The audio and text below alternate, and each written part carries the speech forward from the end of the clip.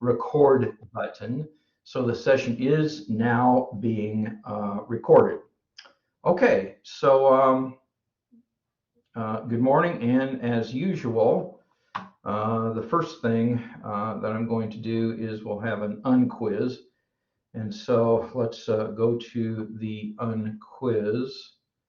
And I am sharing my application screen with you. And soon I will be checking with Leon. Oops, that's actually not the one I want. Hold on.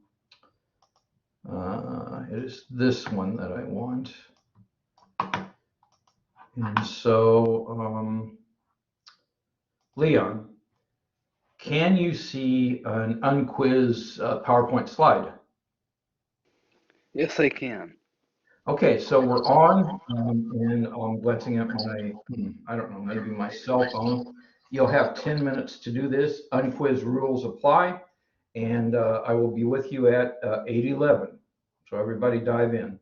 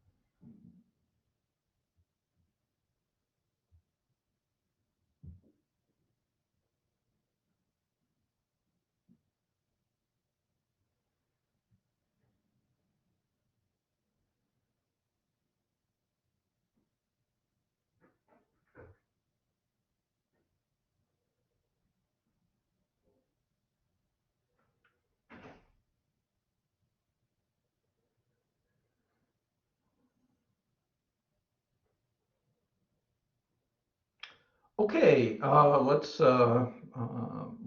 break in with a solution. Now, as you know, and I repeat this a lot, but it's very true, an unquiz has all the benefits of a quiz, but none of the downside. You're assigning yourself a grade, and if you solved it, congratulations, that's great. If you didn't solve it, but you worked on it, you've prepared your mind to understand the solution, and so you'll learn something. So anyway, this is today's unquiz. I'm going to make an observation. This is a indefinite integral, so there ought to be a plus C in your answer. Now, and I guess I'm going to say another thing, and I probably didn't even give you good directions here, but the directions are evaluate this indefinite integral. And so you would evaluate it and come up with an answer. And so that's what we're doing. Now, one thing that's the way I do unquizzes, that's a little bit, I do let you use your notes, and you're not going to be able to use your notes on a high stakes assessment. And the other thing is, you often have a clue when I do an unquiz, because an unquiz usually is what we just talked about. Now, on a high stakes assessment, what will happen is there'll just be problems. You have to figure out, oh, okay, so how am I going to approach this problem? So there's another layer of difficulty there. Anyway, so let's look at this. And another observation that I'll make is, gee, I don't have a ready-made formula for this. I have to do something. And we just studied integration by parts, so this is likely an integration by parts problem. So here we go into a solution. Okay, so, and I'm pretty sure you can see my cursor, so I'm wiggling it up here. You see, and you remember from last lecture that the integration by parts formula is the integral of u dv. Now those are different variables, is uv minus the integral of v du. So that's what we're going to be doing, and here. And it turns out on this problem, you actually could go either way, picking u and dv. Now it's slightly easier to let dv be e to the x dx, because that's really easy to integrate. And again, we talked about that u here, you can let the constant be 0. So what we're going to do is we're going to let dv equal, and that actually it's e to the x dx is what you're letting, and then that means everything else in the problem is going to be u. Okay, so anyway, dv is e to the x dx, and if I integrate that, I find that that v is e to the x, so that is good to go. Everything else was u, so u is equal to sine x, and that means that du is equal to cosine x dx. Now you see, if you've written all this stuff down, you have everything you need to plug into the formula, so let's do that. Okay, so I'm going to say that this is, so the integral, this is the problem that we had over here. So this was the integral of sine x e to the x dx is going to be, this is u times v, because u was sine x in my solution of the problem, and v was e to the x. So this is uv. Here's the minus sign. That's the minus sign in the formula. And then this is the integral of v, which is e to the x du, but that is cosine x dx. Okay, and so you might, but you have to continue to evaluate the problem. So I've got this, but now I have to deal with this red thing here. And when I think about that, the red arrow is pointing at it. When I think about that, I say, oh, that's not one of my formulas. I got to do integration by parts again. Okay. Now, one thing that happens too is, you see, when you do integration by parts again, you can't necessarily use the same u's and v's. And if there's what's going down here. Now, in this problem, again, it is convenient. And when I'm talking about this problem, I'm just talking about evaluating this part over here. It's the same integration by parts formula, but I'm going to let dv again be e to the x dx. But that means everything that's left over is u. So u is cosine of x, and that means that du is equal to negative sine of x dx. So you see, I'm going to be evaluating this thing that the red arrow is pointing at now to do that. So down here then, and you can't throw any other things away. So you see, I already have sine x e to the x, which is good to go. But now I'm saying minus this integral. Now, one must be careful about their SIGNSs, their signs, because as you see, this minus sign that I'm pointing at with my cursor is this minus sign, says minus the whole of this. So I'm putting parentheses around this evaluation. Okay, and then this is going to be the new uv minus the integral of, and this is v du.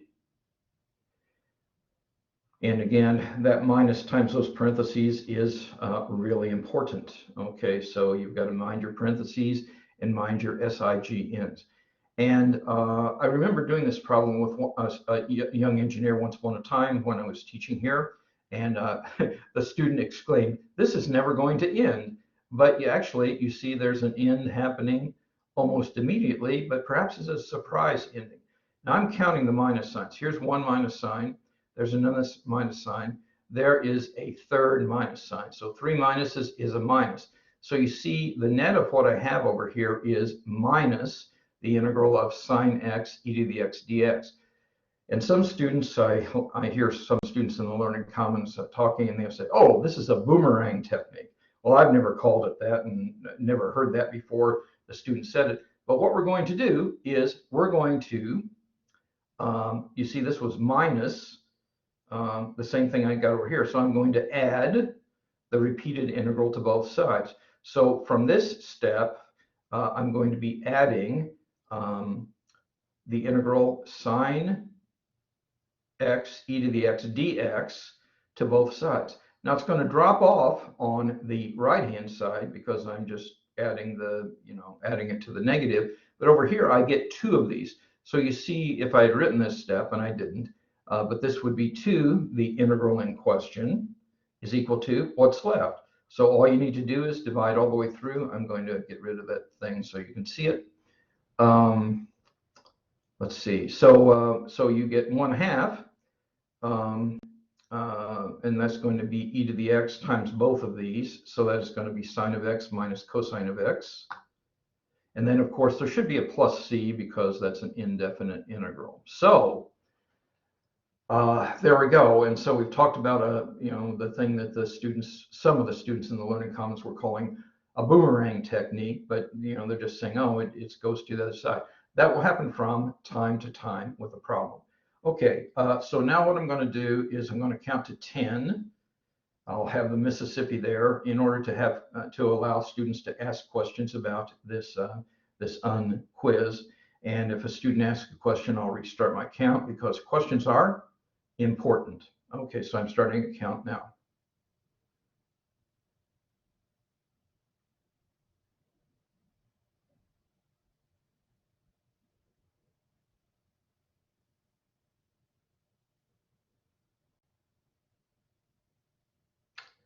Okay, Leon, you can still hear me, right?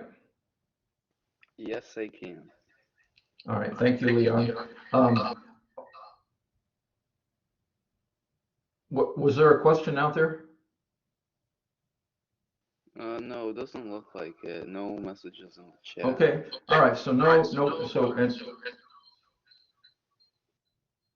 okay, so I never know if I did a brilliant job of explaining this or if the students are bewildered or what, but I'm a glass half full person, and so I'm going to say, okay, we're good to go then with this. Your questions, of course, are always welcome. Okay, so now we go to the outline. That began the course. I think that's a good way to begin the course on a day, but we'll have a little bit of cockpit commentary. Please realize that at the end, I am going to poll for questions at the end of this slide, so you'll get a chance to ask questions that you might have. Not about that problem, but some other question that you may have. I don't know what that might be. Okay, a little bit of cockpit commentary. I am planning on doing the protocol we normally do. We'll work for 75 minutes or so, and then we'll take a 10-minute break and then work for 50 more minutes, and you will get your 125 minutes per day of quality calculus instruction. Okay, so that is the plan for the day. Now, I also am going to tell you that sometimes a pilot will report this, and so we're on course and on schedule, and we're pretty much at our cruising altitude and speed, which means this is kind of the way the course is going to go, and that's okay. Now I do say see the plan chart because I want to emphasize that we indeed are on course and on schedule, and in fact there is a plan. So we're going to look at that right now. Okay, so I go here, and this is just taken from your syllabus, but you see here is week 1. These are sections from your textbook, and by the way, yes, I am using the book. Make sure that your parents know that, so they don't go to the bookstore and say we're not using the book. But I am asking a question, and this is a rhetorical question. I'm not asking you to give me an answer, but think about it. Are you using the book? And you see, I work to not use the examples from your book because they're there for you to read. And so you can read those examples, and those are more examples. Maybe the explanations are different there, or I don't know if they're better or worse, but they're there. Also, there are problem sets that are recommended from there, and you should be doing these. So, you know, the rhetorical question is, are you using the book? Are you reading these things? And again, you certainly can buy the book, but they have copies of these books in the Learning Commons, and you can get help. But doing these problems would be a good thing. Not picking them up, but it was good for you to do that.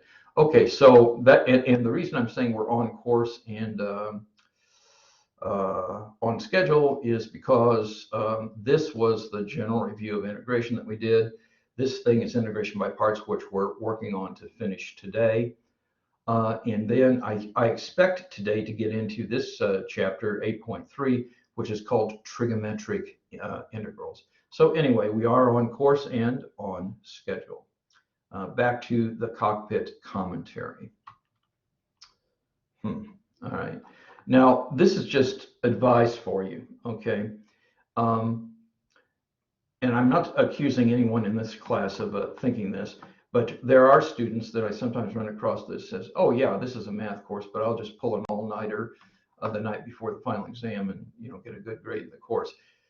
Math usually doesn't work that way. So I'm encouraging all to engage immediately in, you know, the program of study and to stay engaged. And the reason I'm saying that is I don't want you to get overwhelmed, because if a student starts 2 weeks late or something, I think Calculus 2 anyway is a course full of content, so I don't want you to get overwhelmed. So I'm saying engage immediately. And we are making progress, because at the end of this week, we'll be 2 weeks into an 8-week term, which means we'll be 1 quarter finished. And in fact, the midterm is approaching. And this again is a rhetorical question, but Jesse Hayes Carver is in fact the ace of the Learning Commons staff. And we're blessed to have him working with us on this course. He's a fully qualified, he is an instructor level kind of you know, credential fellow, and he's helped many students out. Okay, so stay tuned, because we never know what will happen as we're going on this journey together, and I communicate with you with emails and announcements as much as anything else. But so stay tuned there, keep your seatbelts fastened and your tray tables stowed. Now today the plan is to finish integration by parts, and it was really a curious thing, but you and your sister class landed exactly at the same place. So I don't have any, you know, gap closing things that I need to do. So we'll jump in right where we left off. I know where that is. And then there will be new material, and the title of the new material, we may not finish this today. I'm not worried, we're in good shape.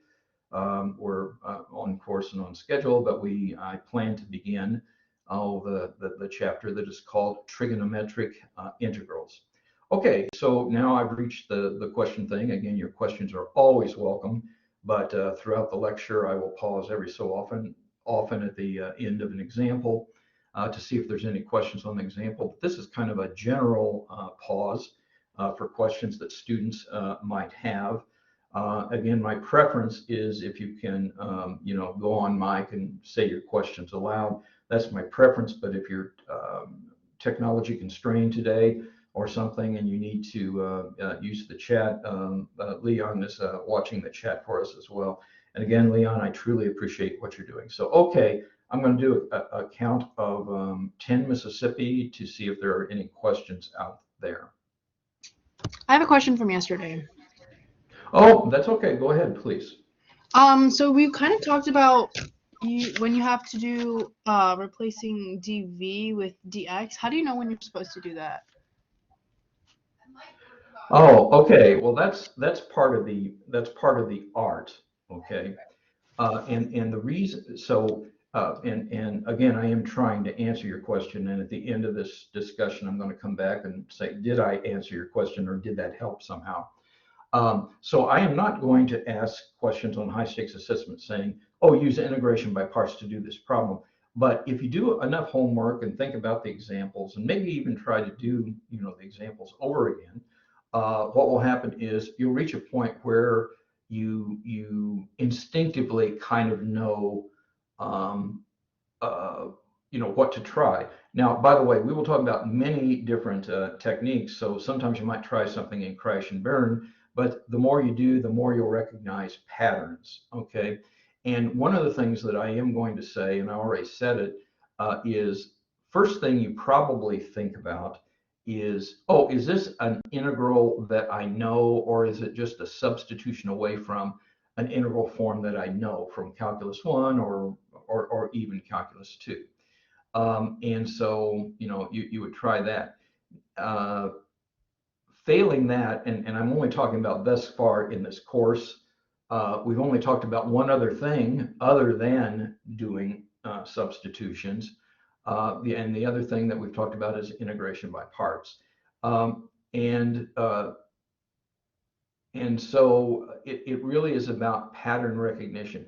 Now, it's possible, my young student, that I missed your question entirely, but I am expecting you to to see some pattern recognition in order to do this. Now, maybe I missed your question, and if so, please clarify or let me know if that was useful. Anyway, and if you have a follow-on question or a clarification of the question for me, please give it to me. So did that work a little bit or not so much? Okay, I understand that you have to get with the pattern recognition, but how is there like any sort of like signal that would lead you to think maybe you should substitute dv for dx, or do you just like try everything and then I don't know when you would use it? No, here, I mean, on one hand, I'd say, but I'm going to give you an example, okay? Yesterday, and this tends to happen with transcendental functions, and in math, I rarely use the word always, and I rarely use the word never, because in math, there's a lot of exceptions. But if you have, and I really am trying to address your question, if you have a transcendental function there with dx, that can be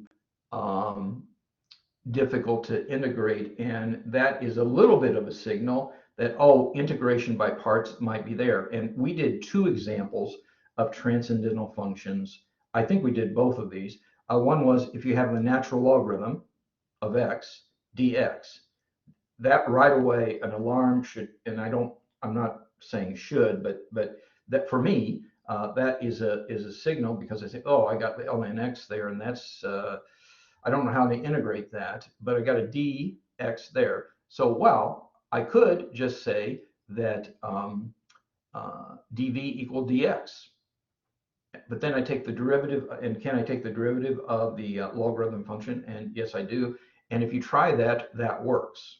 Okay, so not always, but often, if you find a natural logarithm sitting there, that's going, and just a natural logarithm dx, and it could be the natural logarithm even of u, but you can that's a good signal.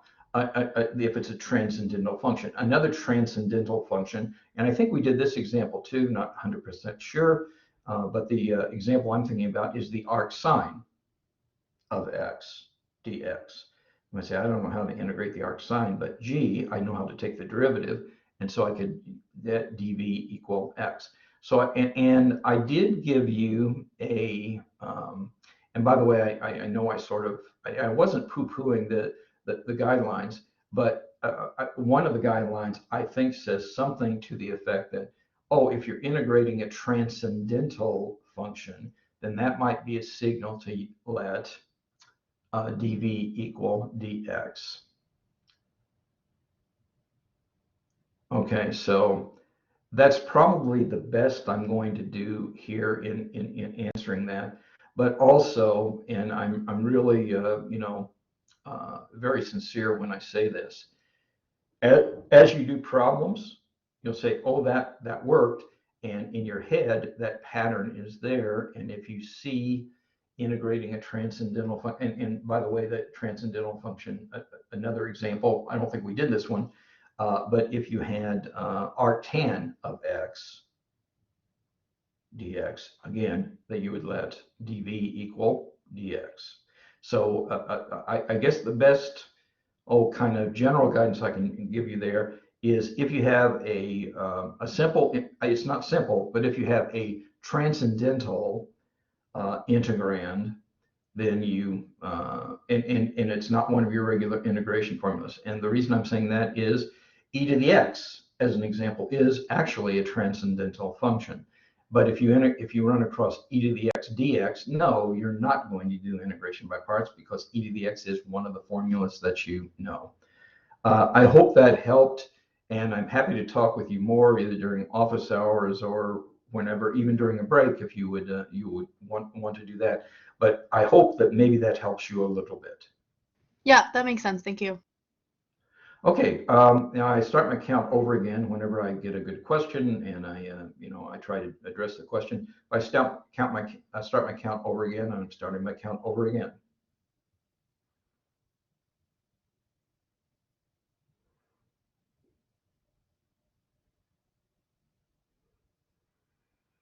I also, and again, I'm really reluctant to say, oh, that's a good question, because then if somebody else asks a question, I don't remember to say that's a good question, then somebody says, oh, what was my question, chopped liver?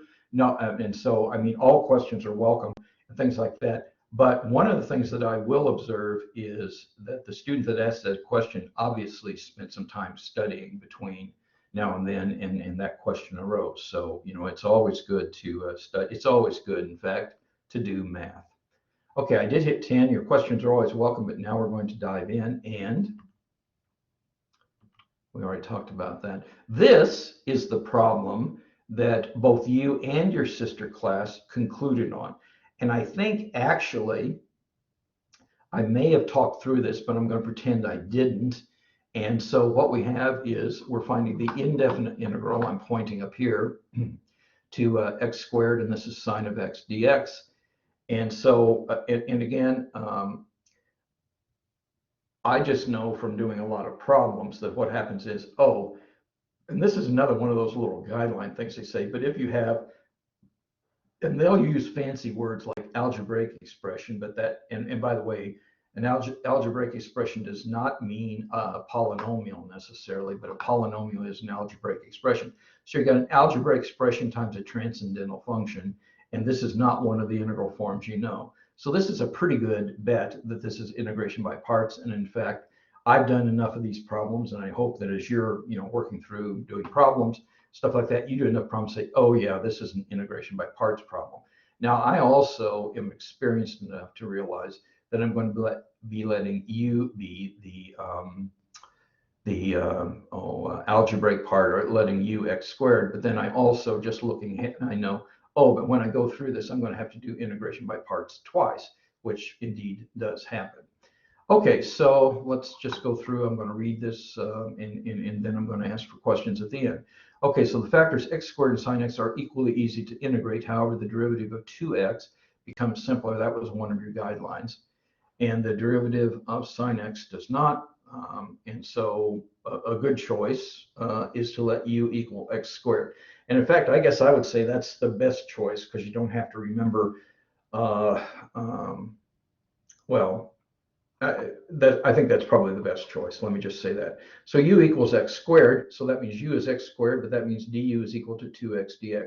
And again, one of the students, either in your class or your sister class, says, well, I do all this stuff in my head. Well, that's okay, but I would encourage you to write it at least when you're getting started.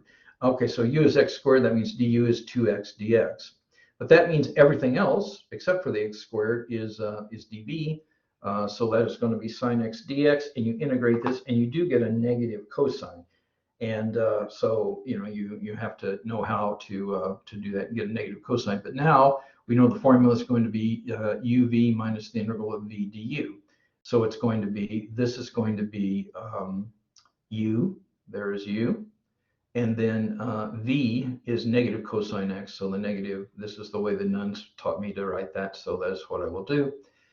Plus, and then this is and by the way, this actually is a minus in the formula, but I've got a minus here. So you see, this is going to be the integral of minus cosine x times 2x dx. So minus times minus is a plus. That's where that plus comes from. And that was the first use of integration by parts.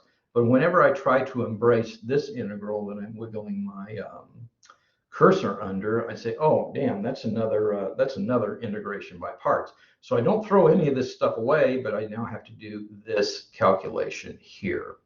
Okay, so now we're going to be focusing on doing the integral of 2x cosine x dx, and we'll just add that to the solution. Okay, so this time we're letting u equal 2x. And you could have let u equal x if you pulled the 2 out, but we're just saying u is equal to 2x. So if u equals 2x, then du is 2.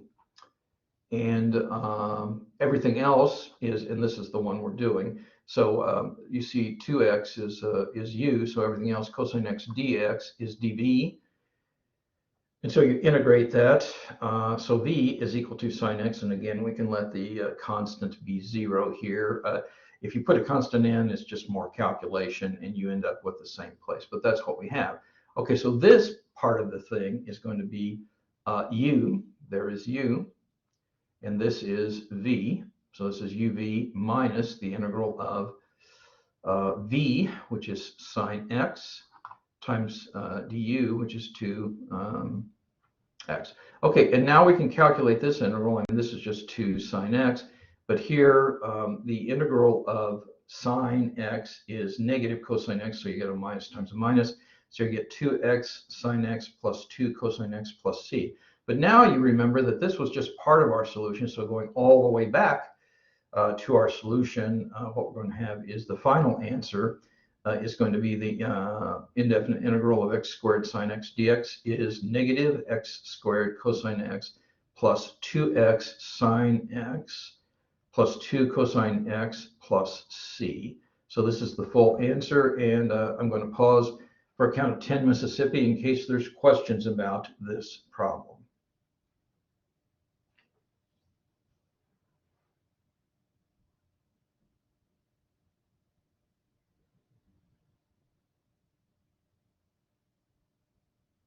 Okay, your questions are always welcome, but I hit 10 Mississippi, so we're going to move on. Okay. And by the way, I am never going to ask this question by saying, oh, use integration by parts to do this. You should know it. But also, and the student who asked the question earlier about this, this is, well, actually, wow, I was going to say something and I'm changing my mind about saying it. So just erase that. Okay, and it says find. This reminds me of a little joke that says find, and someone says, oh, here it is. That, you know, I would not ask the question, find this. I would say evaluate, but this says find, so we're going to use that. Okay, and I am going to tell you that this is an integral that comes up in this course over and over and over again, and even makes a couple of appearances in Calc 3. So this is a good say, I really understand that, but we're covering this in the integration by parts chapter. And by the way, this example is a little bit different, okay? And so please follow along, and I will, ask for questions at the end. Actually, your questions are always welcome, so you can ask them whenever the heck you have them. But this is something that's requires a little bit more than just pattern recognition. And so I will talk a little bit about that. One of the things that I am going to observe is that secant cubed of x is secant squared times secant of x. And I know how to integrate secant squared of x. That's the tangent of x. So that is a little bit of a whole thing. I think, oh, there's maybe something I could try. And I also know how to integrate the secant of x, and I know how to take the derivative. So what we're really going to do here is something that we haven't done before, and that is we're going to split this up. Now, it's still, the same idea. It is still integration by parts, but we're going to be splitting up this secant cubed as secant times secant squared. Okay. All right, so here we go. The most complicated portion of the integrand, that is the secant cubed of x, can be, let's see. Oh, it says the most complicated portion of the integrand, that can be easily integrated as secant squared. So you see the integrand is secant cubed. You say, oh, it's got a secant squared in there, and I know how to integrate secant squared. Now, maybe you don't like this logic or something, but this is how you can do this problem. And if you run across secant cubed, you say, oh yeah, I've done this before, so I know how to do that by the trig cred. So what we're going to do is we're going to take the secant squared and dx. So you see we're going to parse this. So this is going to be the secant of x times secant squared of x dx. So we're going to let dv be the secant squared of x dx. And again, going back to the guidelines, you say, oh, this is something that is easily integrated. Now, I got to tell you, I think this is a step beyond that in cleverness, but that's what we're going to do. And then I said everything. So if you pick dv, then everything else has to be u if you're integrating by parts. So we took secant squared of x dx to be dv. So that means everything that's left, and the only thing that's left is secant of x. So let's see if this works. And this is going to work. Okay, so dv is going to be secant squared of x. That means that v, again, I'm taking the constant of integration to be 0 because we can, and it simplifies things.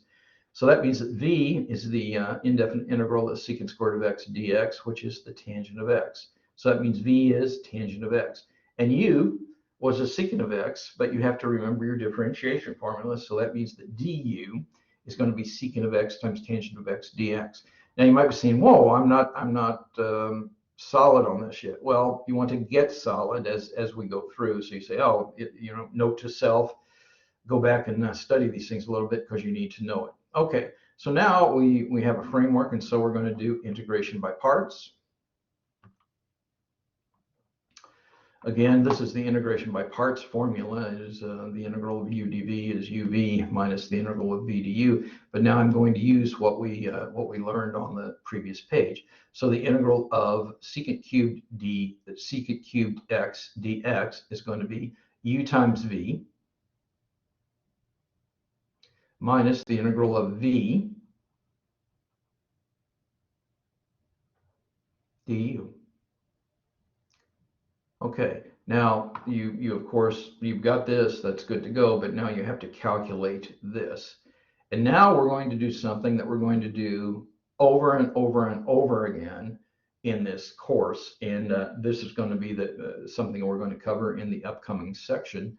But you have to say, okay, what am I going to do with this? And this is not integration by parts. I mean, the whole problem is, but this part, that's not integration by parts.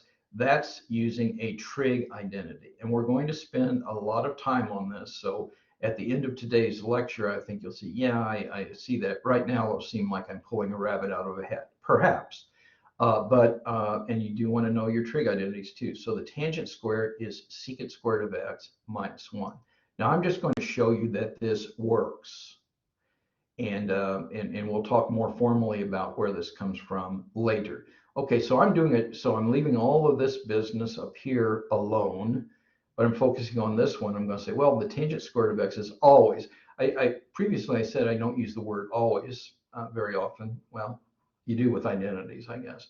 So the tangent squared of x is always secant squared of x minus 1. And so that's a trig identity. And you might say, well, I don't see where this is going yet. Well, you're going to see where it is going soon, but maybe not yet. Okay, so now what I'm going to do is, again, I'm focusing on this part. So I'm going to distribute this. And remember, there's a minus sign there. So this is going to be secant of x times secant squared of x. And there's a minus sign. So that first integral is going to be minus the integral of secant cubed x dx. And some of you see what's happening already, but the rest of you will soon. And then this is a minus times a minus secant x. So minus times a minus is a plus, and then you're integrating secant x. Now, secant x is an integral that you know from Calc 1, okay? And again, if you say, well, I don't remember that from Calc 1, well, get there again, because this comes up quite a bit.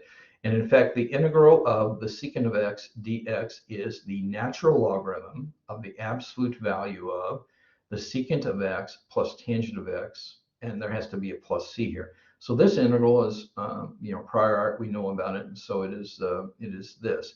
But now you see that, oh, here I'm getting a boomerang kind of thing going on again, because here we started out wanting to, damn it, I've started using that word boomerang. I don't know. Forgive me for that. Okay, but you started out trying to integrate the secant cube of x, but whoops, there it is again. So I can just add the integral of secant cubed of x dx to both sides. Now, if I add here, this drops out, which is convenient, and over here I get two of them. So 2, the integral of secant cubed of x dx is equal to this, and I already talked about this integral. This is this one. So I got 2, the integral of secant cubed x dx is equal to all of this business. And by the way, mathematicians, this strikes me as a strange thing, but mathematicians are notoriously anal about some things, but they're notoriously casual about others. And one of the things, and this happens in differential equations, I don't know if you study differential equations, well, you probably haven't yet, but if you study differential equations, what will happen is that we spend a lot of time dealing with constants. Say, what if you're playing it fast and loose with the constants? Well, I'm playing fast and loose with this constant because c is a constant, but so is c over 2, so I don't really care. So you see, to answer the problem, which was just what was one of these, not two of these, I divide all the way through by 2. So the integral of this is the integral of secant cubed x dx is 1/2 times the whole of this. Now, and you say, well, okay, so that really should be c over 2. I'm not going to count it wrong if you write c over 2. I'm not going to count that wrong, but no mathematician would ever do that. They would just say, hey, it's just a constant, it's whatever it is. So this is the answer then. The integral of secant cubed x dx is equal to 1/2 secant x tangent x plus 1/2. This is the natural logarithm of the absolute value of secant x plus tangent x into the absolute value plus c. Okay, so now I'm going to pause for a count of 10 Mississippi in case there are questions. And Leon, you can still hear me, yes? Yep. Thank you, Leon. Okay, so I'm counting to 10 Mississippi.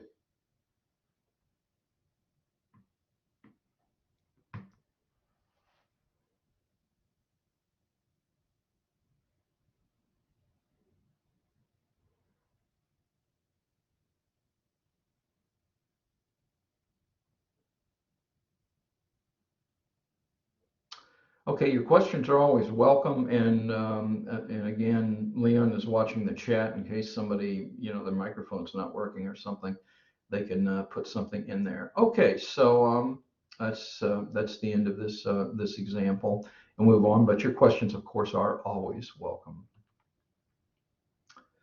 Wow, I'm trying to figure out, am I going to do this one or not? Let me just say that this is kind of a physics thing, and finding the centroid, you're trying to find the center of mass of something. And I plan to cover this, but my mates, who they asked me if I would, try to follow the things. This is probably not, I mean, it's a fine example for you to read if you want to, but I'm deciding not to do this example right now. Maybe I'll go back and do this before, but the thing I want to say is this is a physics problem. And if you do the physics problem,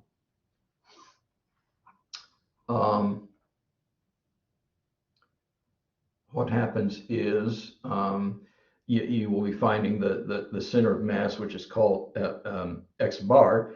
And so the calculation that you're going to do is the integral of x sine x dx.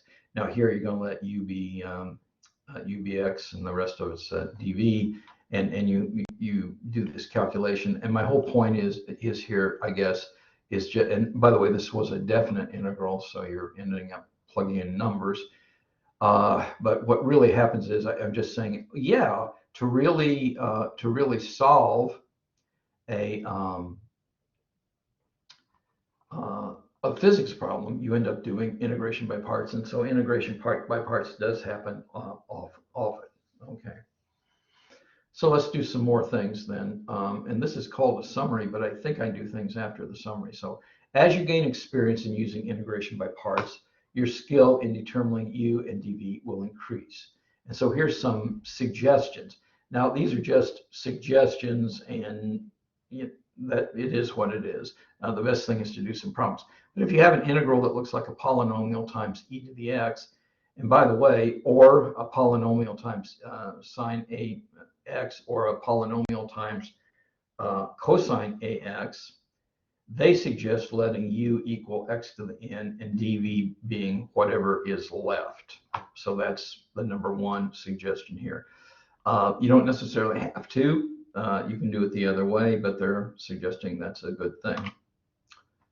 Okay, if you end up with an integral that looks like this, and I'm even going to, so this is a polynomial times, and these are illustrative transcendental functions.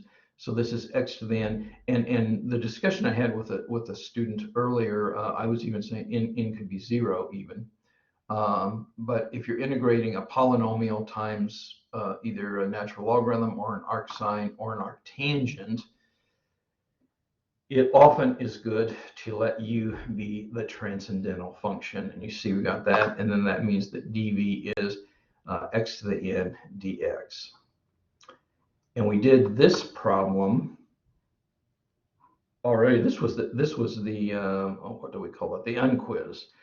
And I think this was the unquiz. Now here you got A's and B's, which makes it a little bit more complicated.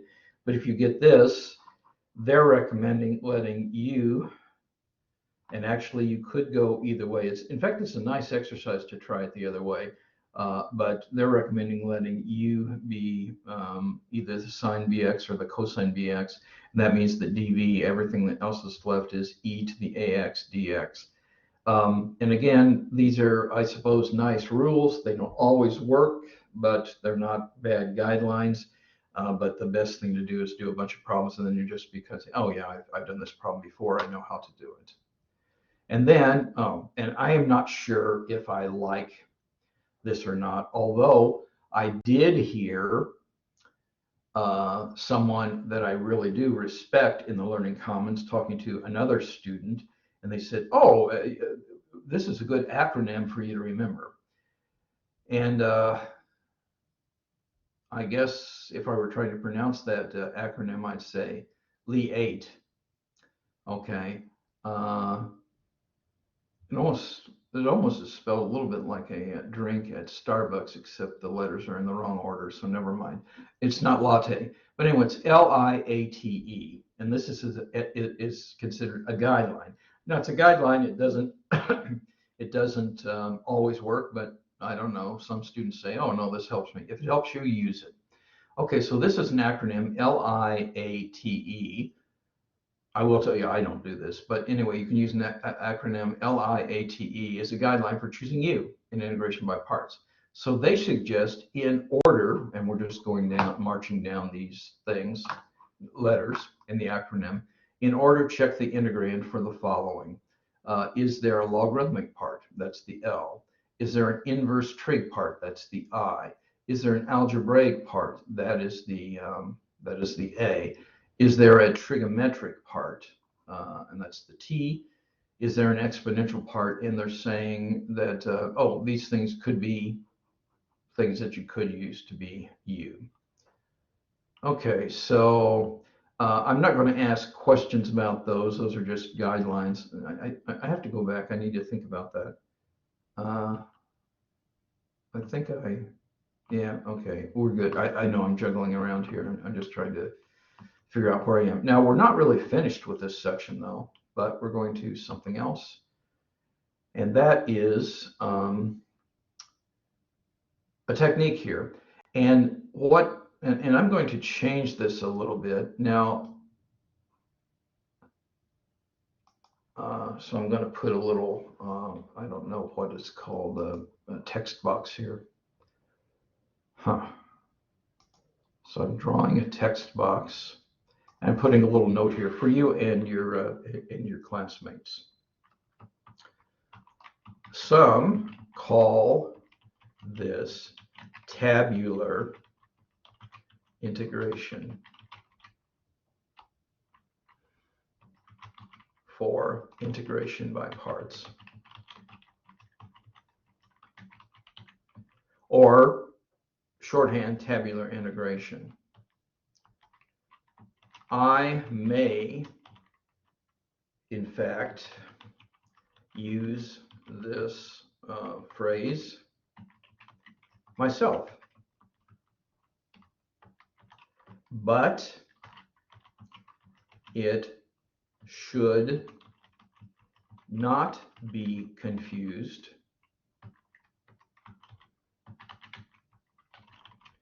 with integration using tables. Okay, now I got to mess around with this to make it fit. So hold on, I'm going to make it red and I'm going to make it tiny. And that's too big, so I'll make it, I don't know, tinier there. Now that fits. Okay, so this technique is sometimes called tabular integration. But there's and it's almost like integration by parts. We're going to talk about partial fractions. Those aren't the same things. So they kind of sound alike, but this is not integration by tables. Now, I am going to tell you that I really included this material because my engineers really like this, because they say, oh, well, isn't there an easier way to do these problems? And engineers are all about doing things quickly. And so this can be a very useful thing for you to do a complicated problem. And that's why I brought it up. That's why I'm talking about it. But like everything, there's, I don't want to say a downside, but it's not a, you have to know how to handle this technique. And the way I'm going to summarize handling it is, you have to know when to quit. Okay, but I am going to talk about this. Okay, so now, let's see, I will go back to my thing. Okay, so in problems that involve repeated application of integration by parts, and we've seen a bunch of them, haven't we? A tabular method, I guess they call it tabular method here, which is illustrated later, can help to organize the work. And so this method will work well for integrals such as the integral of x to the n sine ax dx. This was like the N quiz today. Or if you had x to the n times this, or x to the n times e to the a. Okay, and they're doing, now this is a different problem than the one that we did in the N quiz, because I think I just had sine x and here is sine 4x, and that makes things a little bit different. But here's what you do. You build a table, okay? And in one column of the table, you will say u and its derivatives. And in class, sometimes I would say it is u and his derivatives. Okay, so that is, so you build a column that is u and its derivatives. You say, well, do I have to write u and its derivatives? I don't care about that, but that's what this column is. And you might recall when we were doing this problem, we let u equal x squared, okay? So u is x squared.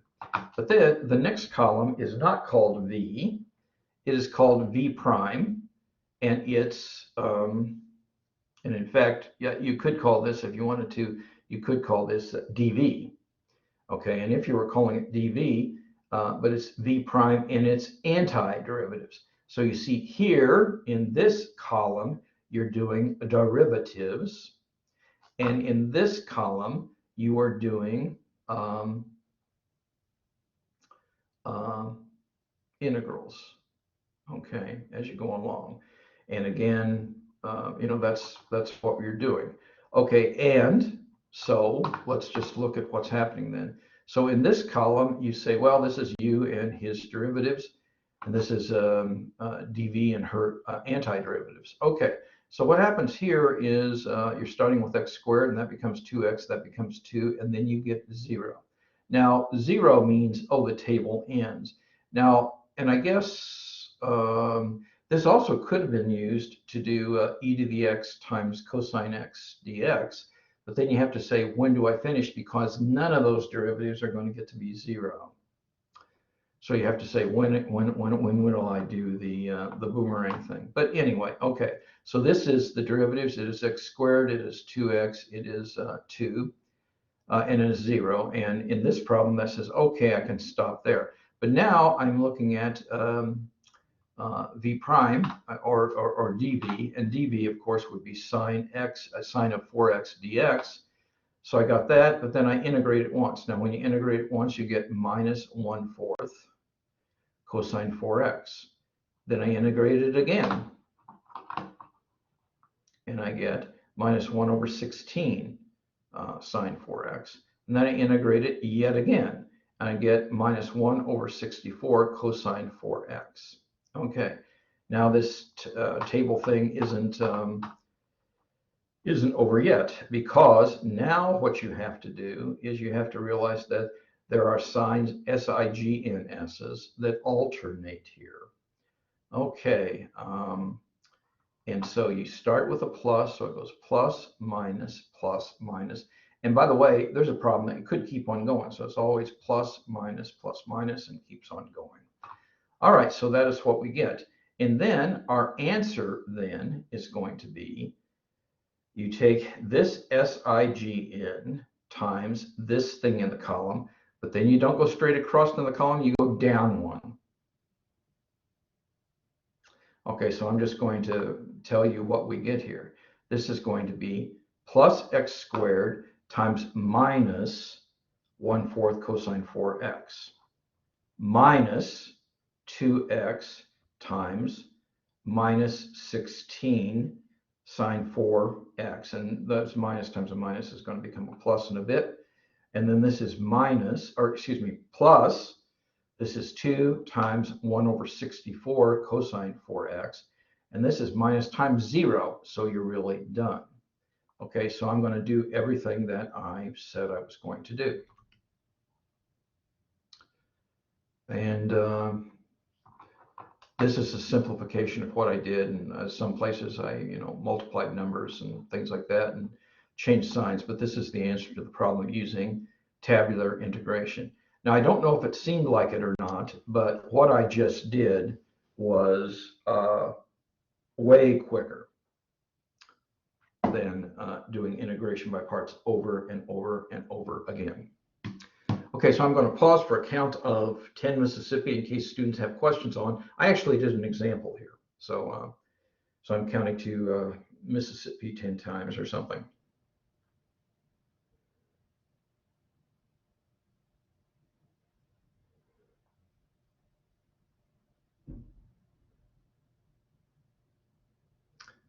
Okay, your questions, of course, are always welcome, but no one asked a question while I was counting, and so I'm going to assume that everybody is good and not bewildered. And it's a good thing that everybody is good, because here's a problem for you all to do. And I'm going to encourage everyone to, I know this, I mean, we can pretend it's an unquiz, I'm not going to grade this, but everybody should go through and say, okay, do I understand that tabular integration then? Because I should be able to do this problem pretty quickly. And so everybody do this problem. Since you're doing tabular integration, I'm not going to spend too long doing it. I'll give you like, I don't know, I'm giving you 3 minutes. That would be enough, actually. So everybody give it a go, please. I'm giving you 3 minutes.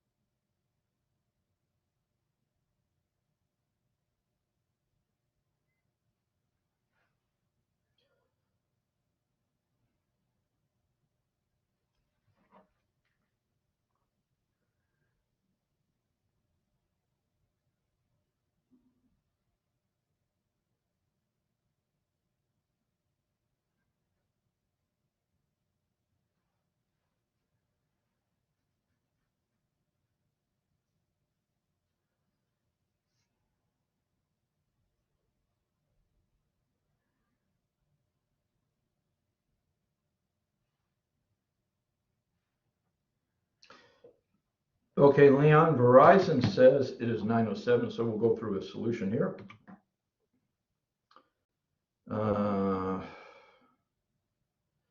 And you notice that this is a little bit more of a, well, I don't know. The table is oriented differently, but you see you're going plus, minus, plus, minus, plus, minus. So that is good to go. This is the column that, is the U column, and this is the DV column. Okay, so we go here and we just start differentiating down the column. And so we start with U, and so that is x to the fourth. Then it's 4x cubed, then it's 12x squared, then it is 24x, and then it's 24, and then finally it's 0, which says, oh, I am done with this problem. Again, there are problems, and students say, well, could I use this technique on something that doesn't go to 0? Yes, you can, but you got to know when to stop, which is a trickier question than, oh, it sounds easy, but students sometimes struggle with that. Okay, so anyway, now here we're integrating. This is dv and her integrals. So what we're going to do is we start with this one, e to the x over 2, but this then is going to be 2 e to the x over 2. And notice, folks, that you're doing differentiation and integration in the same problem, and so you got to keep those things straight. And you see here, going from here to here, you're dividing by 1/2, which is multiplying by 2.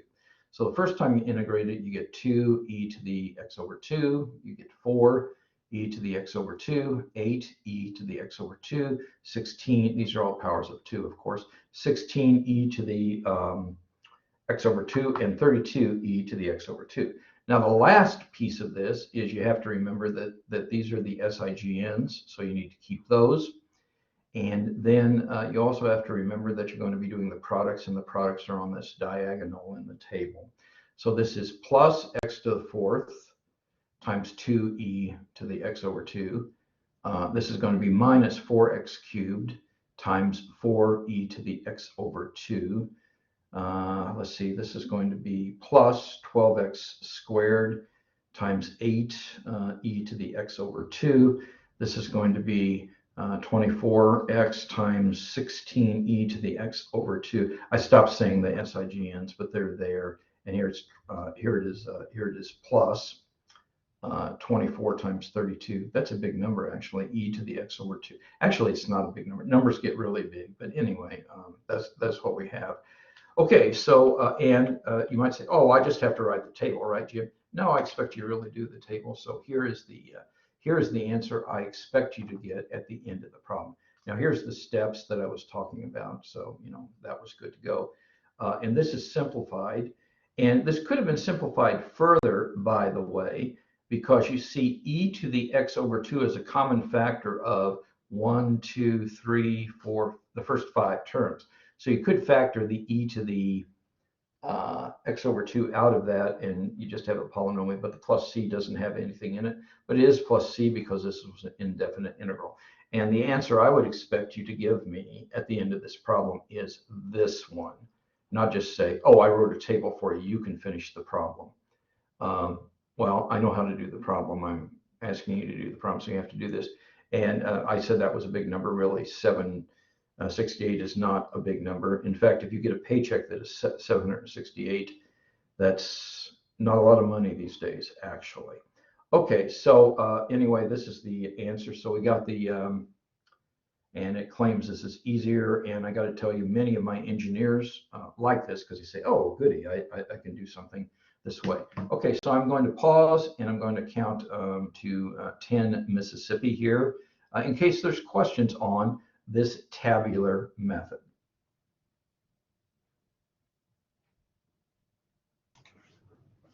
Jim, so would you take a point off if we gave you the answer above, where it's not multiplied out? You would not get full credit if you wrote this, okay? And and again, part of this is from my industry training and things like that. But if you were an engineer working for me and you said, oh, here, Jim, here's a part of the solution, the problem you asked me to solve, but you can finish it. Well, no. And so So it would not be an F on the problem, I suppose, if you had this, but it would not be full credit. And I mean, that's just where I am. So I would expect you to give me a final answer. And just so you also know where my head is on this, I really don't like VCMs. I never invented VCMs. I moved away from doing time tests a long time ago, but now I have to do time tests because of the environment that COVID and College of DuPage has created for me. So normally, what I would be doing, and in fact, this is what happened when I did work in industry. I don't care if my engineer spent 2 hours solving the problem correctly, or they spent 12 hours solving the problem correctly. They gave me a correct solution. Good for them. Okay. And that's the reason that in my head, I'd really like for these to be unlimited testing time. Then you don't have to say, boy, I don't have the time to multiply all these things out. So anyway, that's there. So you would not get full credit if everything else was right. It probably wouldn't be an F on the problem. You would get partial credit. And I'm sorry, but that's probably the best answer I can give you right now. Did you understand what I was saying? Yeah, thanks. Okay. And again, I'm not saying that there's zero partial credit. There's not. But getting that answer is a good thing. Okay, I'll start my count again whenever we have a question.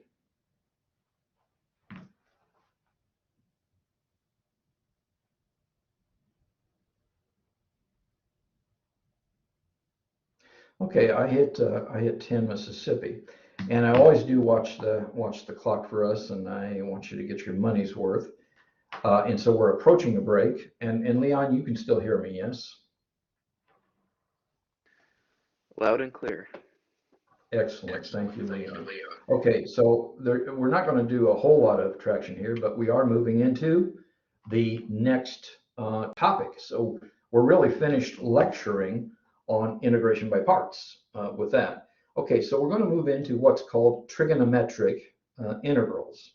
And by the way, I didn't notice this till I'm looking at the slide, but I'm probably not going to say solve as a verb on my high stakes assessments. I'm going to say evaluate, evaluate, evaluate.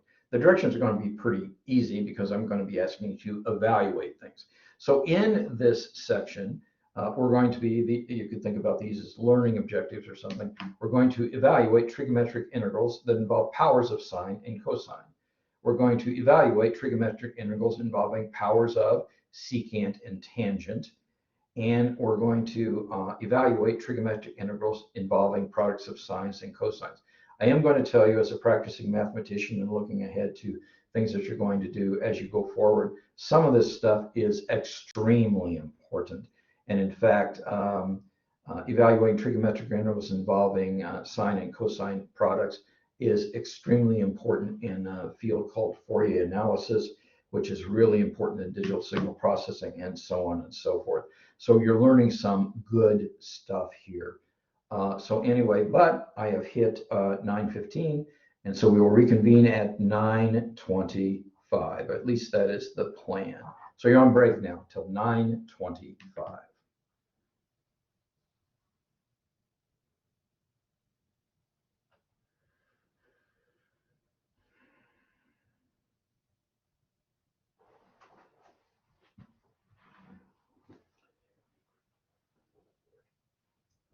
Good. Oh, that's hard.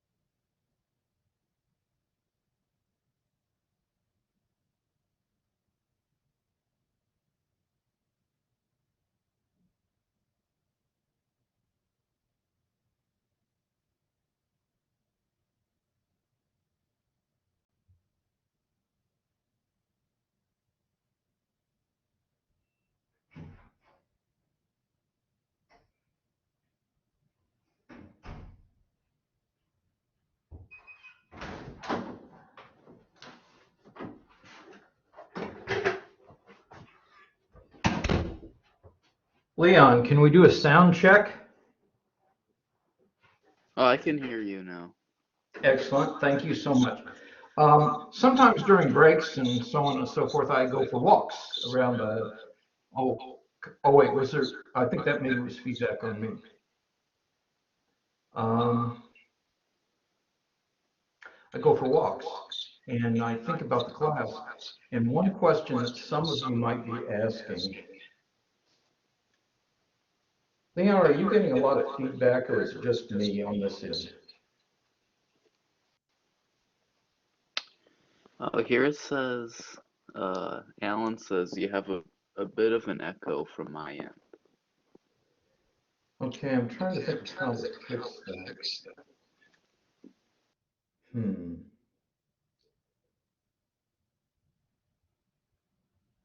I don't know. I'm going to try something, but I don't know if this will work or not. I'm changing the way I'm sitting. And that may fix it. I don't know. We will see. What I was thinking about as I was walking along is, well, and you see, I want to keep the two classes of mine in sync, but also I'm trying to sync with my cohorts. And if you're watching, you're saying, wow, we may someday find ourselves in a situation where we're ahead of where my cohorts are. And the way I'm going to handle that, if it happens, is we will not take days off, but what I will do is I will cover optional topics, which would be fine, and so that's what we will do. And I just shared that thought with you. Okay. So here we go. In this section, you will study techniques for evaluating integrals of the form sine raised to the power mx and cosine raised to the power nx dx. And also we're going to study the integrals of the form, the integral of secant mx and tangent nx dx, where either m or n is a positive integer. Okay, so that's what we're going to do. You might say, well, wait, there's 6 trig functions. How come we won't talk about the cosecant and the cotangent? Well, it turns out that the cosecant, and the cotangent are very close cousins of the secant and tangent. And so I do expect you to be able to do those. But the techniques are almost the same. But there are different formulas there just because the trig identity is slightly different and the calculus identities are slightly different. So, okay, so we're combining calculus and trig identities, and so we have to know derivatives and integrals of these trig functions because that's the calculus part, and we're also going to need to know the identities and stuff like that. And we're going to start with, and I didn't call it an example, but it is an example. So we're going to just go into an example that's found at the end of the page, and it says, for instance. So this is our first example. So we're going to say, suppose we run into the antiderivative of, I should be trying to point to, so I have to point my head a certain way to avoid the feedback, and then I should do this. Okay, anyway, we're at the bottom of this page. And we're trying to find the antiderivative of sine to the 5th x times cosine x dx. Now you might say, oh, gee, Jim, I know how to do this one already. Well, and yes, you do, actually.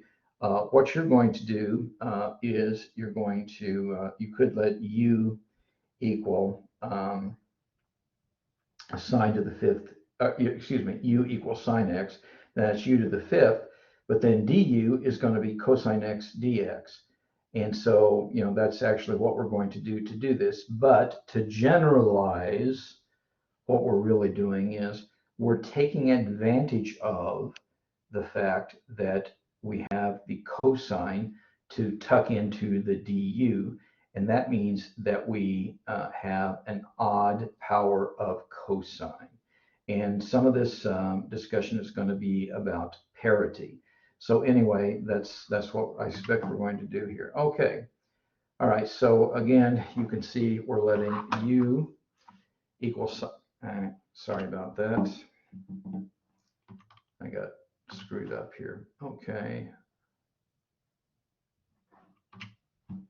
Now I think, where am I supposed to be? And I got to be careful how I touch the mouse because it went crazy and did that.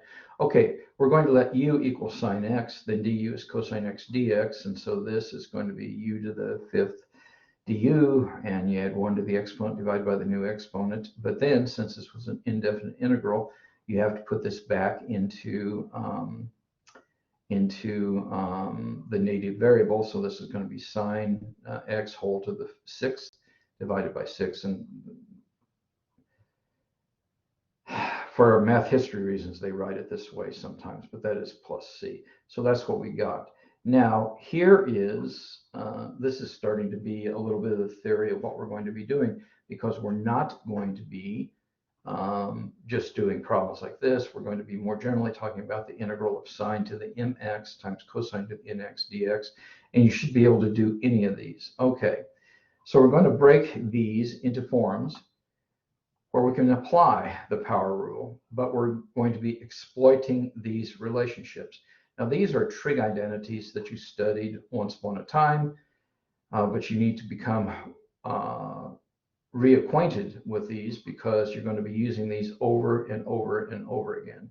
Now, this first one is called the Pythagorean Identity, and it's because back when you studied trig, there was a right triangle involved where you came up with this on the unit circle. But anyway, the sine squared of x plus the cosine squared of x is equal to 1. I am going to make a comment here that the x has to match with the x for this to be true. But if the x does match with the x, or the u with the u, then this is going to be 1. Now, we aren't always going to be using this form, though. What we're going to say is, oh, if we have a sine squared, we're going to say that's 1 minus the cosine squared, and vice versa. So this is an important identity that we're going to be using over and over again. So please become reacquainted with this identity if you haven't been using it recently. The other two identities that are being listed here are, and I never know, I mean, I know when I'm teaching trig, what to call these, but I don't know whether to call these half angle identities or double angle identities or whatever. But anyway, the sine squared of x, and this is the only way you could integrate the sine squared of x, is you have to change it into 1 minus the cosine. Now this is 2x over 2. And there's a sister formula for the cosine squared of x, and it is equal to 1 plus cosine of 2x over 2. And here they're calling it power reducing formulas. Wow. But actually, oh, it is, well, it's reducing the power on the exponent of the sine and cosine. That is true, but it's also amping up the frequency. So, you know, I don't know what to call these, and I'm not going to write a book, because if I wrote a book, I'd have to figure out what to call them. But anyway, these are important identities for you to keep in mind. And maybe as we're going through this, you even want to write them down, because we're going to be using these in the middle of problems. Okay, so anyway, those are reacquainting ourselves with some identities. Now, these are guidelines. Wow. And I'm going to go through these guidelines really quick. And you may want to go back and look at these, and maybe you find them useful. But again, you don't learn how to play golf just by reading a book about playing golf. And you don't learn this by memorizing guidelines or taking a picture of the guidelines. So we're going to do a bunch of problems. And if you're doing enough problems, I think what will happen is this will become second nature to you. And that's good. Okay. But anyway, let's look at the guidelines, since I bothered to put them here. Okay. When the power of sine function is odd and positive, save one sine factor and convert the remaining factors to cosine. And you see, I will sometimes use the word strip out something to put into du.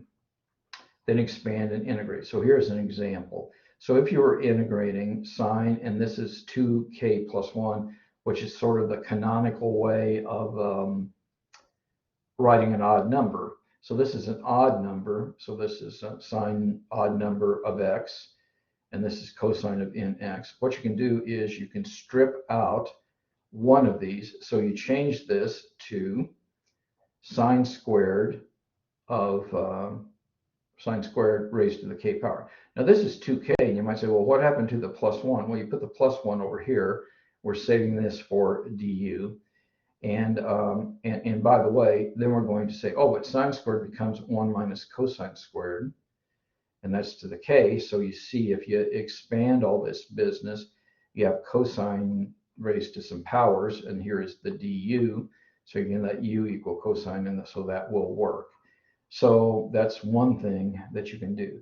Now you can do the same kind of thing, which actually was what we did on the first example I did, is when the power of cosine is odd and positive, you can strip it out and bury it into the du, and then use the Trig identity, the Pythagorean identity, and do it.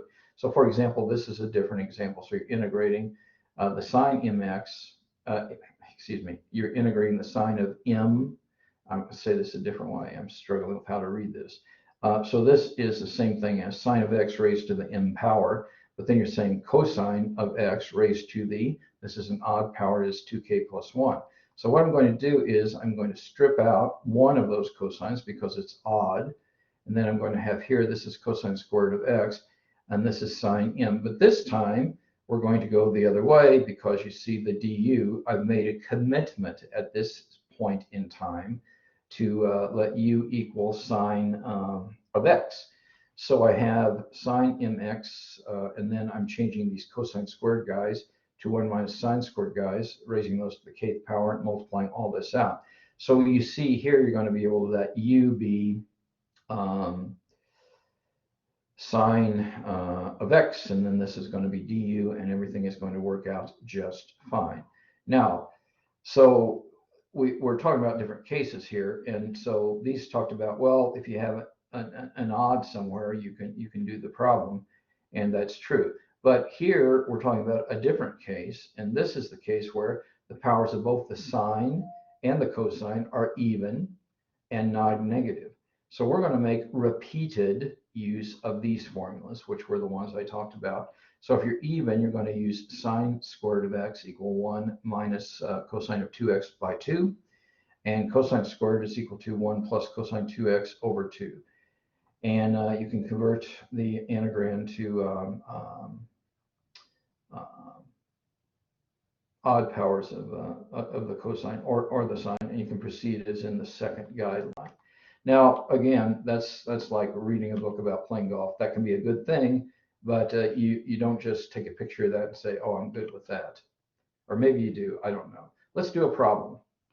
All right, so here we have an indefinite integral of sine cubed x cosine to the fourth x dx. And again, I'm not going to, write this, and I'm never going to say find. I think I'm going to always say something like evaluate. But anyway, you got this thing sitting there.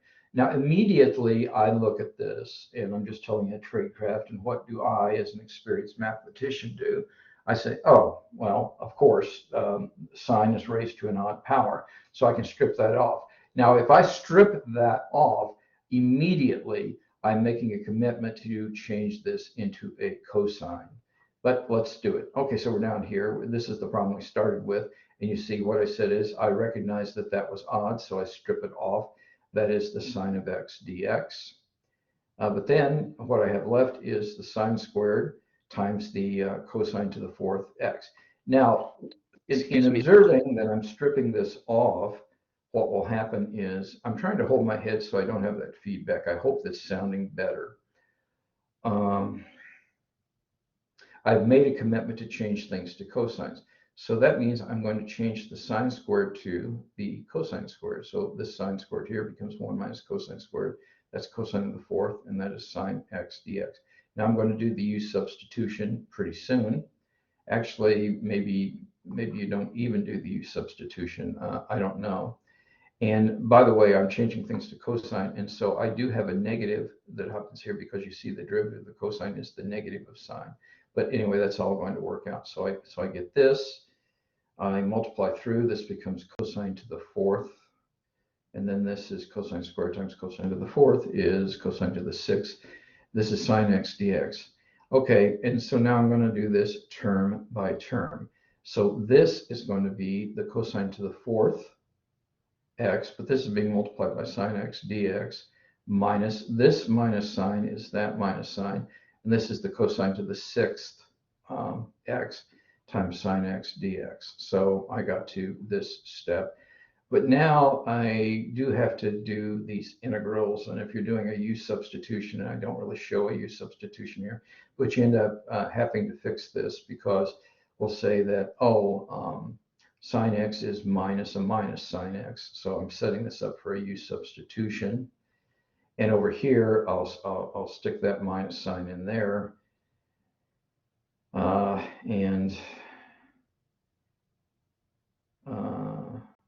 A minus times a minus ends up being a plus. And so anyway, I don't know if I like the way I'm talking about this. But anyway, when you do the integral, after you do the u substitution, you get minus. Here, this was u to the fourth du, but there's a minus sign out in front. So this is u to the fifth over 5. This one becomes, now it's a minus, so that makes it a plus. But this is going to be minus, this is going to be cosine to the, I need to think about this. Is this right? Let's see.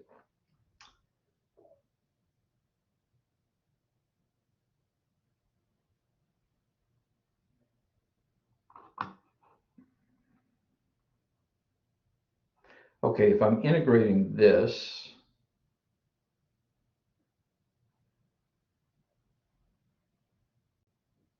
you know, I think this line here is effed up a little bit.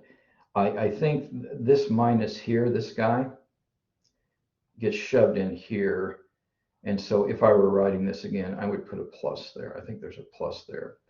Okay, and in fact, that you get, then you have a minus here, but then you have a plus here. And so this is u to the fifth over 5. This is u to the seventh. My God, this thing is all fucked up. Anyway, this should, okay, here, I think if you're taking notes, you should put a plus here. And down here, this should not be cosine 7x. This should be cosine to the seventh x. And I think I'm going to make a note here just so I can somehow do this. Hold on, I'm fixing this up for you and your sister class. So one day I will post this, these notes, and then they'll be better. Let's see, I need to get an arrow that is that way. And let's see, what am I going to call this?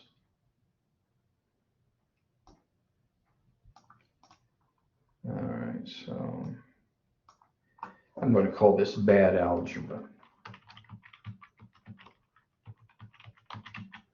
Okay, and now, so it is what I said, and I hope people understand what I say. And we would put the plus C there. So this is really, as far as I'm concerned, that's the end of this problem. So what I'm going to do is I'm going to pause for a count of 10 Mississippi, because this was a real example, to make sure that people understand what happened here.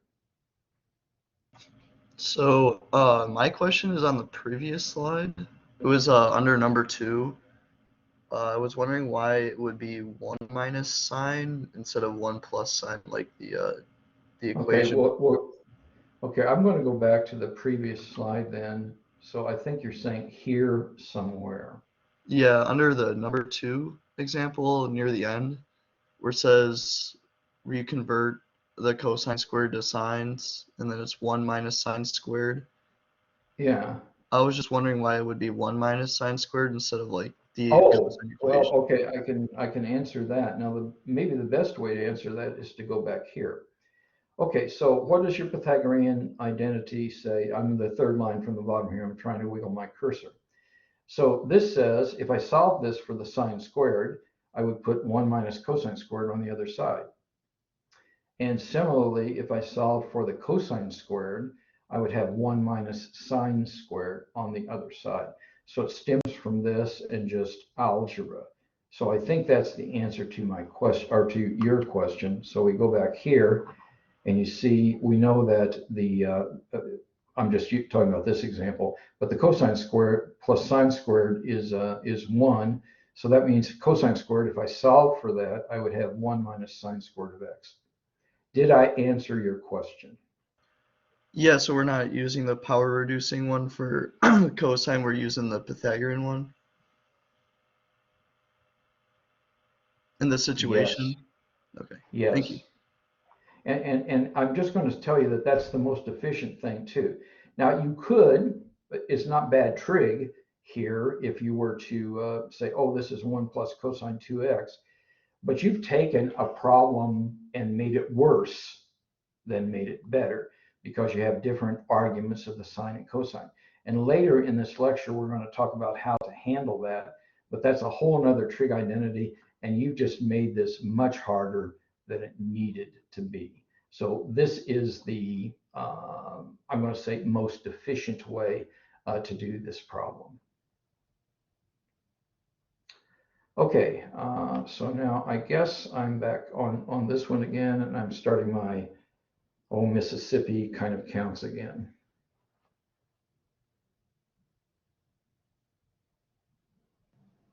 So like the negative signs, that was the bad algebra.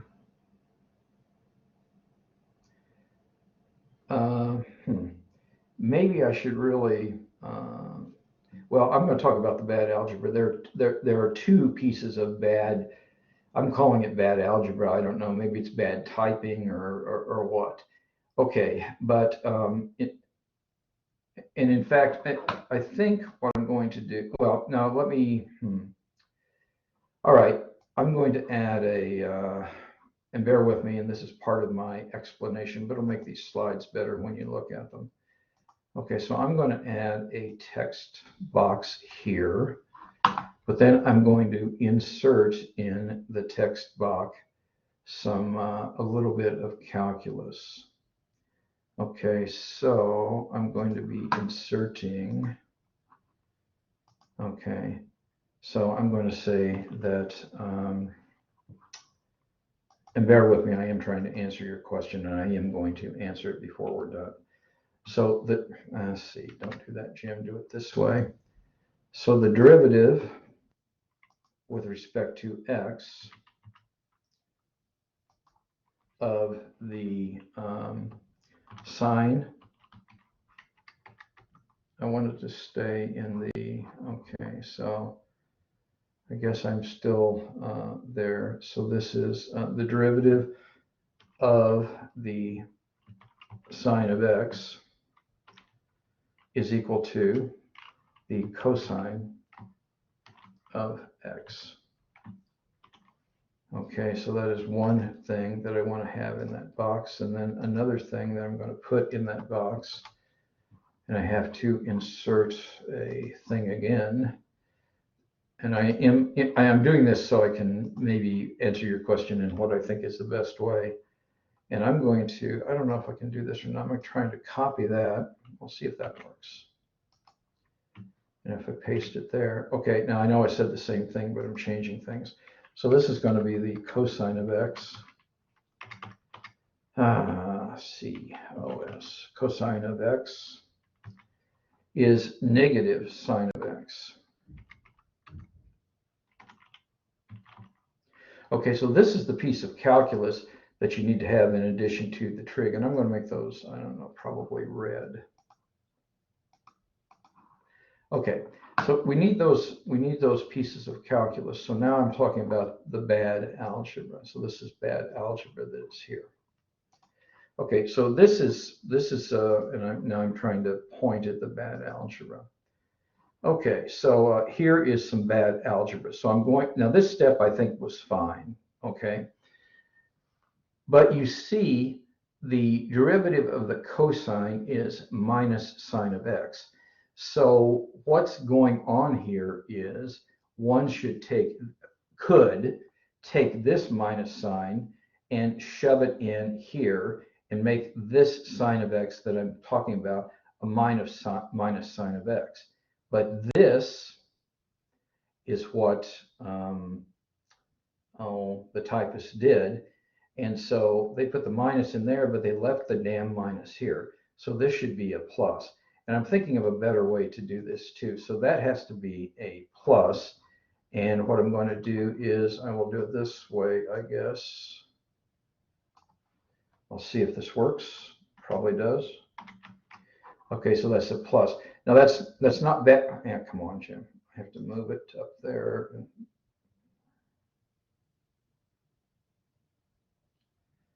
This is kind of it. Maybe it's better just calling it bad algebra. I don't know. Anyway, that's the bad algebra that's there. Okay, so what happens is I'll figure out how to, I guess I could make that bigger. Let me try that.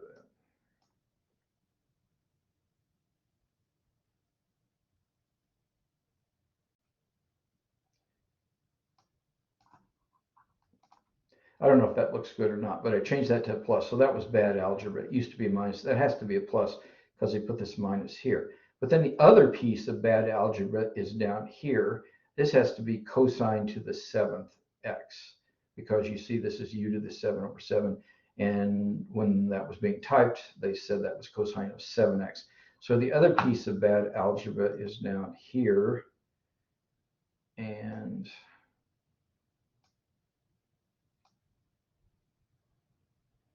okay, and so let's see. I'm trying to see if I can make this work. Maybe I can. I can. Okay, so this is, so I'm doing a thing here. So I'm calling this cosine x whole to the 7th. And then I'm going to put parentheses x into parentheses. We'll see how this looks. Man, it looks like crap. I think I have to make this bigger.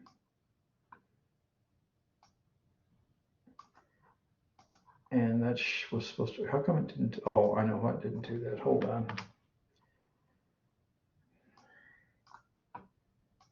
I don't know why that didn't do what I wanted it to do. Chalkboards are much better. Oh, I see. They didn't put the 0 there.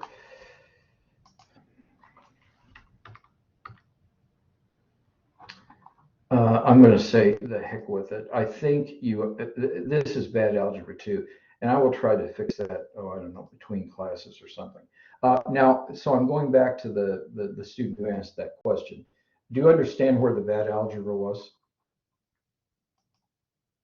Somewhat, yeah. I don't know if that's, and I'm not saying you're not good enough. I'm saying maybe my explanation wasn't good enough. This, the thing that I'm pointing, that should be a plus, and this should be cosine raised to the 7th power x. And that's not the same thing as cosine 7x. That's probably the best I'm going to do right here, but there's some bad algebra that you should fix. Okay, I'm going to start my count again.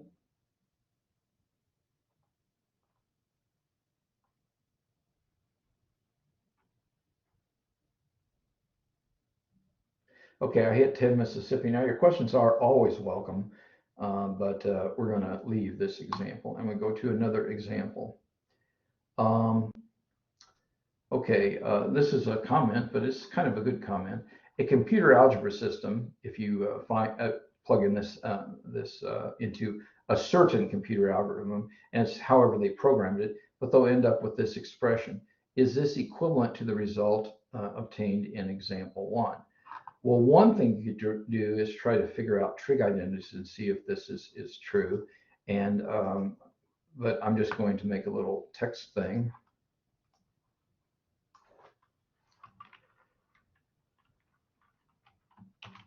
If you subtract this answer from the other answer,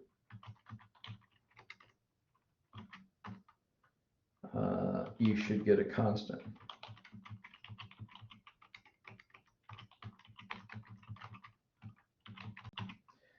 Okay, so again, like if a student sometimes comes into the learning comment says, you know, I thought I did this problem right, but my answer doesn't look like the answer in the back of the book. I say, well, here's a way for you to check that. And again, you can check it in many different ways, but there's different ways to do this. So that's the point I'm trying to make with this. And I'm going to pause here for a count of 5 Mississippi in case somebody wants to ask a question about that. But this is actually a very useful technique. Now, the reason you do get a constant it is that these C's don't have to be the same thing. So you get some kind of a constant.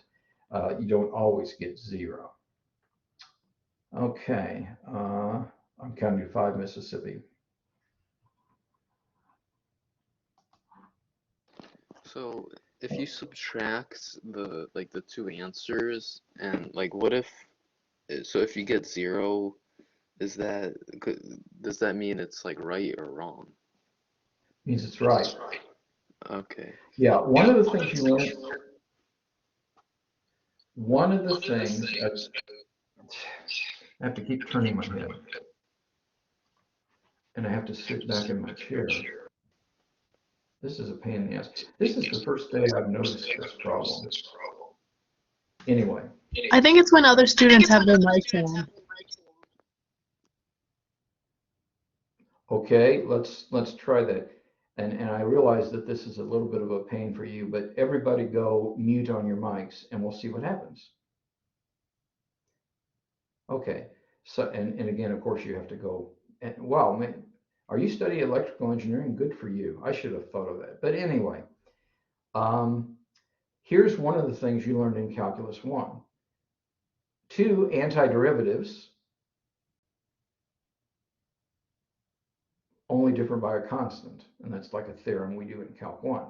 So you see, if you take 2 antiderivatives, so this one, I'm wiggling my cursor, and the one that we had on the previous slide, this one, if you take these 2 things and you plug them into, and again, you could do the calculation, you could do trig identities and everything else. And I could do trig identities, and we could do that, except this is a calculus class, not a trig identity class. But if you plug those into your calculator or into Desmos or something like that, you should get a constant. Now, the reason that you won't, so what I'm plugging in here, I'm not going to plug the C in. What if I plugged in C, it would probably take C from C, and they'd call it 0, so it would be 0. But if you just take this part that has x's in it, so if you take negative cosine to the 5th x plus, this is cosine to the 7th x over 7, and if you take that and you subtract off this business without the constant, you would conclude, you would get 0. And actually, if I probably should have actually done this, and if I think about it when I'm doing these notes, maybe I'll actually do that and put this on this slide whenever I'm, making the slides better to share with you at the end of the week. I'm going to pause and ask whoever asked that question, did you understand my explanation? Yes, I did. Thank you. Excellent. Okay, great. And I will probably try to. Yeah, and I did get some echo there, but I think the student was telling me they did understand, so they were on mic as they should be. I think our student out there, and thank you for that. That was a nice recommendation, because that, I think, is where the feedback was coming from. Okay, so we'll be careful about that as we go forward. And that's good, because I was having to turn my head a weird way and stuff. Okay, let's continue. Here's another problem. Now, and I'm going to talk about this problem a little bit, and I will pause for a count of 10 Mississippi at the end of this problem.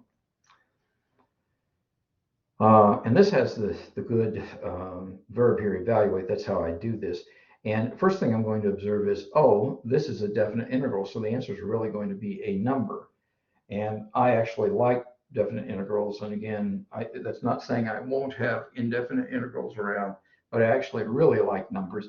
And if I'm putting a test in the testing center where you have unlimited time, where you can do all that calculation, I would make the whole test definite integrals. But anyway, we'll see what happens as we go forward. So this is the definite integral. So the answer is going to be a number from pi over 6 to pi over 3, and I have cosine cubed. But down here, I have the square root of sine x. But you see, and I'm just reacting to looking at it myself. You see, I'm motivated to say, oh, the power on the cosine is 3. That's an odd number. So I can strip a cosine out here, and I can let u be sine of x, and this would be u to the 1/2 in the denominator. And that's what we're going to do. And then we'll plug in numbers at the end and get an answer. Okay. So the thing that I really reacted to was the fact that was odd. So here's what I'm going to do. Down here, I'm going to say, okay, so I'm going to strip off one of these cosines to bury in du. So this is the cosine that I strip out. So I'm basically saying that cosine cubed of x is cosine squared of x times cosine of x. So that is good, dx, and we have this. But now you see, and I think it is important that students understand this. Once you decided to strip the cosine off, you have made a commitment to change this problem into a u equals sine x problem. You've made that commitment already. Okay, so we have this. And so that means I have to change the cosine squared into 1 minus sine squared, as we discussed. And now I am going to make, and again, it doesn't go into the details of the u substitution, but you can kind of say, okay, so now we're doing a u substitution. Now, so this thing is sitting out here. That's going to be my du. But now what I'm going to do is, so this thing's sitting out there, du, it's just sitting out there. That's where I parked it. But now I'm going to look at 1 minus sine squared divided by the square root of sine, and I'm going to do algebra. So 1 over the square root of sine is sine x to the minus 1/2. And if I take sine x to the 1/2 in the denominator, and I divide it into sine squared of x, I get sine of x whole to the 3/2. And I'm going to tell you, this is actually, from a calculus standpoint, this is a better way to write these as fractional exponents instead of, radicals and, junk like that. But anyway, that's what I've got. And again, this is the way the algebra really works, because we're dividing that in each term there, but this cosine is times the whole of a parentheses. So that actually works. So now you can do a u substitution. You can let u equal sine x if you want to, or you can just say, oh, I know how to do this from here on. But this is going to be u to the 1/2, add 1 to the exponent, divide by the new exponent. So this is u to the 1/2 divided by 1/2. So that's what happens there. This minus sine is that minus sine, and this one I add 1 to the exponent, which is going to be u to the 5/2 over 5/2, and this gets sucked into the integral. So this is what I have, and now I have to substitute pi over 3 and pi over 6 in here. Now that is a 60-degree angle, or equivalent to a 60-degree angle. This is equivalent to a 30-degree angle. So you see, it's fair for me to ask questions like this, because you're supposed to know trig, and those are special right angles, so you don't need a calculator to do this kind of problem. Now, it is true that God did not make every angle 45, 45, 90, or every triangle 30, 60, 90, but a lot of times on math tests, particularly math tests where you're doing it without a calculator, you do it this way. And so you don't have a calculator, so you need to remember those things. You plug in the numbers and you get a number. Now, I got to tell you, I'm not 100% happy with what the person did here, because I would have simplified this differently.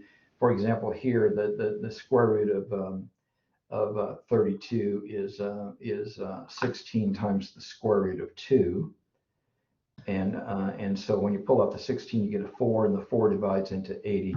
So this actually could be simplified more nicely than it is here, but you get a number, and they just paused here because they were plugging in these numbers, but they didn't bother to simplify.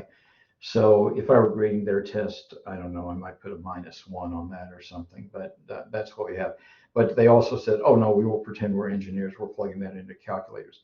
Well, understand that if you're an engineer, you might end up doing that, but you're not doing that in this class on the high stakes assessment because you don't have calculators.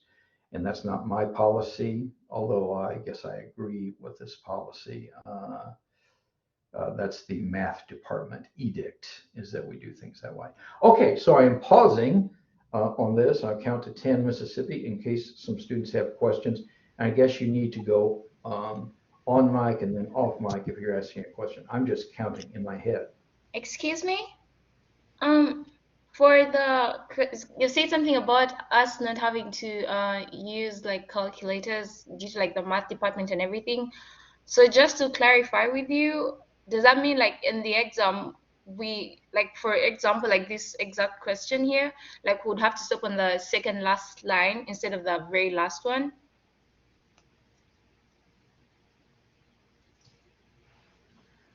Yes, you would write an answer that's equivalent to this. Now, I was making an algebra comment, and so your answer would look something like this. I think actually there's a better answer than this because, and I know I'm saying more than you were asking, but you see 32 is 16 times 2, and the square root of 16 is 4, and 4 goes into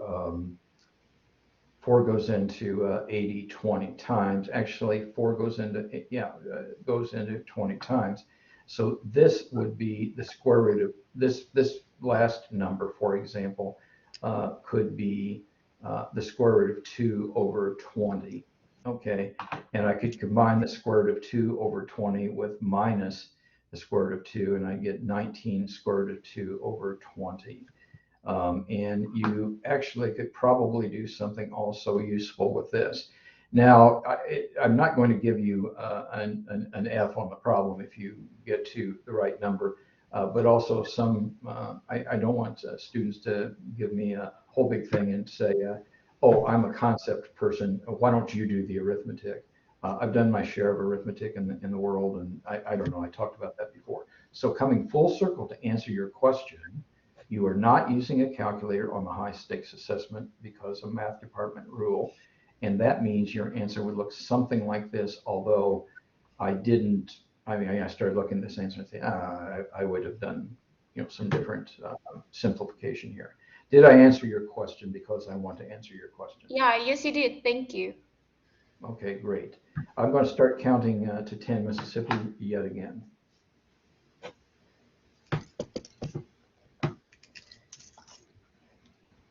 I have a quick question. Go ahead. So under the Trigonometric Identity section, earlier today you gave us the power reducing formula, and I had that cosine squared of x is equal to 1 plus cosine 2x over 2. But I see that you used 1 minus sine squared of x. Could we use either or what's the difference between those two? Yeah, I'm going back to that. And this actually, your question is similar to one that a student, another student asked. And I'm going to answer it differently this time. In problem, not problem, but in guideline number 2 and in guideline number 1, one of the exponents is odd. So when one of the exponents is odd, you strip it off, and you're going to use the Pythagorean identity, the first one. The only time you're going to use number 3, which are these double angle formulas or whatever the hell they're called, the only time you're doing this is when both the sine exponent and the cosine exponent are even. That's the only time you're going to use that. And so the problem that we did earlier, which was this one, with the bad arithmetic, the problem, this was odd. And in the problem that we just did, this one, that was also odd.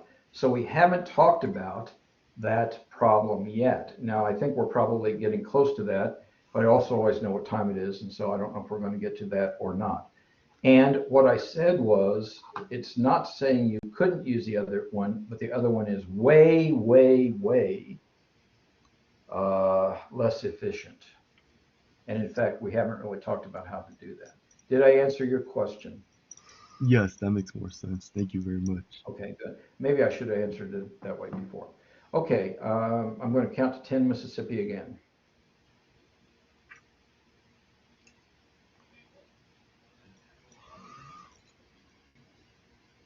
All right, your questions are always welcome, but I hit 10 Mississippi. And I do know what time it is, okay? But now I'm going to take you, we've got 3 minutes left, and that's enough. Now, we might not have enough time to do all of this, or do the questions, but I think I can talk through it. So, and again, I would not say find, because someone would say, oh, here it is.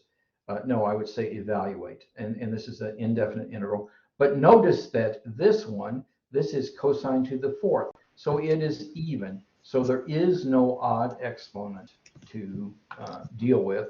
So since this is even, I'm going to be using that. I'll call it guideline 3, I guess.